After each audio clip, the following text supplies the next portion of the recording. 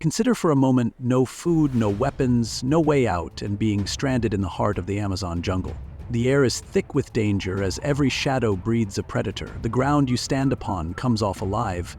Would you make it out? Or would the jungle be your final resting place? Driven by an unquenchable thirst for adventure, Israeli backpacker Yossi Ginsberg makes his way to Bolivia in the early 1980, where he dreams of striding into the grand Amazonian rainforest, colossus and teeming with danger. While staying in a hostel, Yossi Ginsberg meets Marcus Stam, a compassionate Swiss teacher, and Kevin Gale, a hiker photographer. All of them were tired of their ordinary lives, and mighty stories quickly surfaced one after another. On Yossi's journey, he meets an Austrian with questionable intentions named Karl Ruprechter. He recites about a deep trek into the jungle where a barbaric tribe dwells in complete isolation. He then poses himself as a guide who has unmatched skill and experience. Instantaneously, Yossi gave in. But Kevin and Marcus are much more doubtful. Who is this man? Can he be trusted? A question that sprung up in Yossi's mind. The next day, they encounter Karl in a shop, but things are not quite right. Karl maintains that they ought to cover all supplies expenses.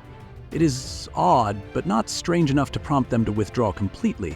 When the four men set foot in the unforgiving heart of the Amazon, their backpacks laden with supplies, things quickly take turn for the worse.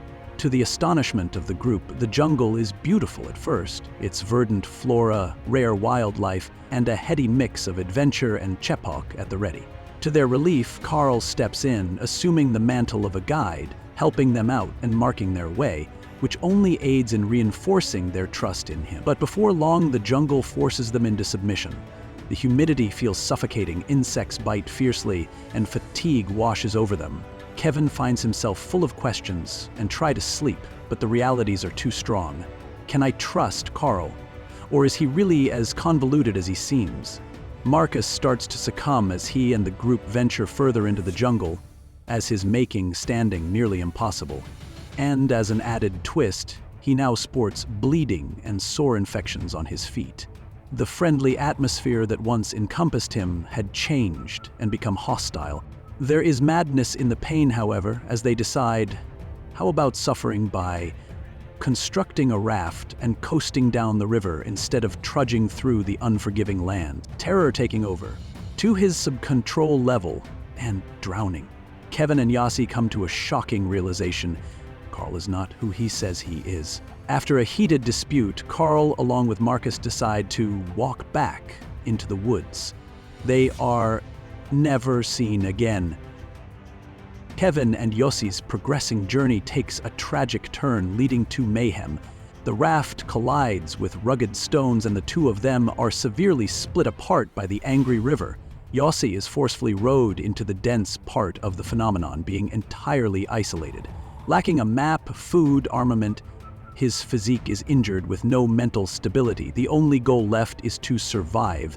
Every single day turns out to be a crushing challenge. He scavenged whatever could sustain him, including maggots, rotten vegetables, and everything that can keep his heart beating. He strikes against dangerously fierce ants, runs away from jaguars, and succumbs due to hunger. The jungle starts playing tricks on him. The jungle, a so-called natural place of beauty, is nothing more than a deception. So much so that his mind is not left untouched. There are whispers in the breeze, shadows shifting in dimness. He visualizes an enigmatic lady masking him to put him on the right path, leading him to aid, only to wake up in that fog of doom.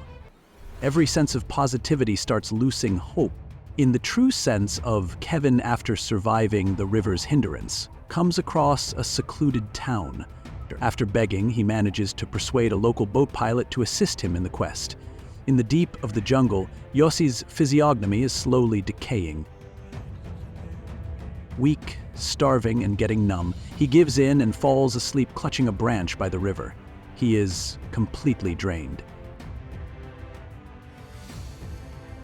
But then, the sound of a boat engine cuts through the silence. Kevin and the rescuers find Yossi barely alive, clinging to his life. After 3 long weeks alone in its vastness, he is about to be saved. Then, decades later, he returns, standing on the edge of the jungle that almost killed him.